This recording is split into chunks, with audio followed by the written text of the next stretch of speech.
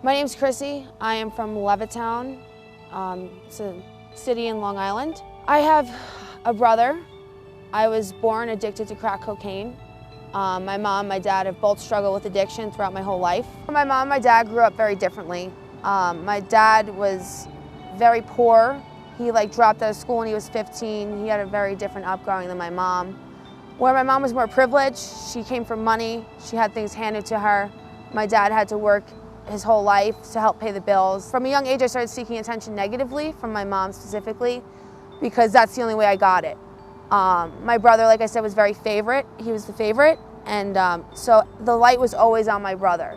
And then there's me, who from a very young age got kicked out of Catholic school in 2nd grade just for being a bully. I was a very mean kid. The only way I knew how to get attention was negatively and through power and control. I started getting a lot of my ego issues and being less than or better than from when I was a child, because I was always less than my brother. So outside of the house is where I would just be mean to people. I wanted people to fear me. I started putting on this persona I'm better than you, I'm tougher than you, you don't want to mess with me. Meanwhile, inside that wasn't me. And I didn't like being that person, but it's the only way I knew.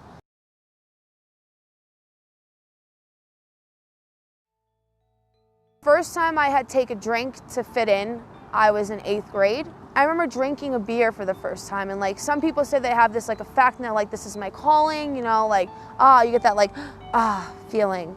I can't say it was like that for me. I didn't like the taste at first. I didn't even get drunk the first time I had drank. It wasn't until a few times later that I started to get that feeling. And I didn't feel so scared to be in my own body anymore. As I got a little older, I started dating this kid, and he was into a certain type of pill that my mom happened to have. He linked up with my mom one day when I was at school, and he started selling them for my mom. I vividly remember at first watching him drooling and falling asleep in his food, and it just was very unattractive to me. And then one day I was just you know what, why not? Everyone around me seems to be loving this. I was 14 years old at the time. And that is when I had started with my opiates. Next thing you know, my mom gets Vicodins and Dilaudid and all sorts of pills. She's like a pharmacy. And next thing you know, I'm in her bag every day stealing them. Within a few months after taking my first shot of heroin, my whole life spiraled out of control. I was very dependent on my boyfriend at the time for me getting high. So when things started to not work out and I started just, stealing from people I loved and sleeping around and just doing all of the things that I never wanted to be, he started to pull back from me. So from there on out, I started being sick, and I started experiencing what that felt like for the first time since high school. When he was in detox, like I said, I started shooting up. And then, like I said, not too many months after that, my parents started to catch on. I went to my first detox center in Long Island, and I thought it was great. I got all these numbers in there. I was like, we're gonna stay sober for the rest of our lives. This is gonna be great. And then I come back out, and my boyfriend was still using. So of course I started using, and at this time, I started trying to please my parents. So I would have them take me to detox. The second they pulled off, I'd admit, my mom would sit there while I admitted, and the second they'd pull off, I would AMA right away. I'd have someone pick me up, I'd go get high the whole time, and when the 5 days was over, my parents would come back and pick me up at the door. I'd be standing there with all my stuff, and they didn't think anything of it. So I went to Las Vegas for a treatment center, and we'd all hopped the wall, gone on the strip, and went and got high. And then we came back, and our punishment was restarting us on our detox meds.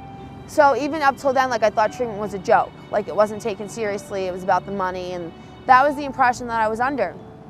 And then I had gone back there one more time, and then I flew back home. I met this kid in Vegas, and he told me about Prescott, Arizona. And he got me set up to a place to come out here. And so I got on a plane, I think that next week, and I came to Prescott. I had came to Prescott for the first time in April of 2015. I came here and I saw that people took sobriety seriously. There was a part of me that wanted that, but at the very beginning I wasn't sold on it. I wasn't sure that I wanted to stay sober. I just wanted to come out here, do my few months, and go back home. The program that I went through the first time when I came to town was very different than Granite Mountain. I got a lot out of that program. I really did. I learned a lot about myself. but that program does not work for everybody. In this town alone, I have had, I think, 11 attempts at getting sober. It took a long time for me to even be willing to want to like get long-term sobriety. But like I saw all these people having it and they seemed happy and like they had what I wanted. There was a part of that I wanted, even though I would never admit that to somebody. I wanted what they had. Showing up for people was never a thing for me. I didn't know what it looked like to have a true friend or to truly be there for somebody and like care about someone else's feelings. Granite Mountain has definitely taught me the most about not only myself, but like my self-esteem and my self-worth. None of it seemed like they were just doing it just because it was their job. Like they genuinely cared and like wanted the best for me. When Recover Strong at first came around and I was first exposed to that, I was not about it. I was like, I am not capable of doing all those burpees and air squats and all those weights, and that's just not something that's been me for years. And I was absolutely against it. Like I would not go. I finally got this turnaround where I like wanted to do things differently for the first time in a really long time. And Recover Strong truly makes me feel really empowered. In my head, I always tell myself like, you're not gonna finish this, you know? Like we're running a 400-meter run, like I'm just gonna run halfway. And Jason always tells us, you know, when your head's telling you to stop, push yourself for 2 more steps or just finish up. And so I do that. If it wasn't for people believing in me and and I could feel that vibe of them like truly caring and believing in me, I don't think I would have ever really felt the way I feel today about being sober. I could feel it in my gut that like I don't ever want to live that life again and that I am capable of long-term sobriety.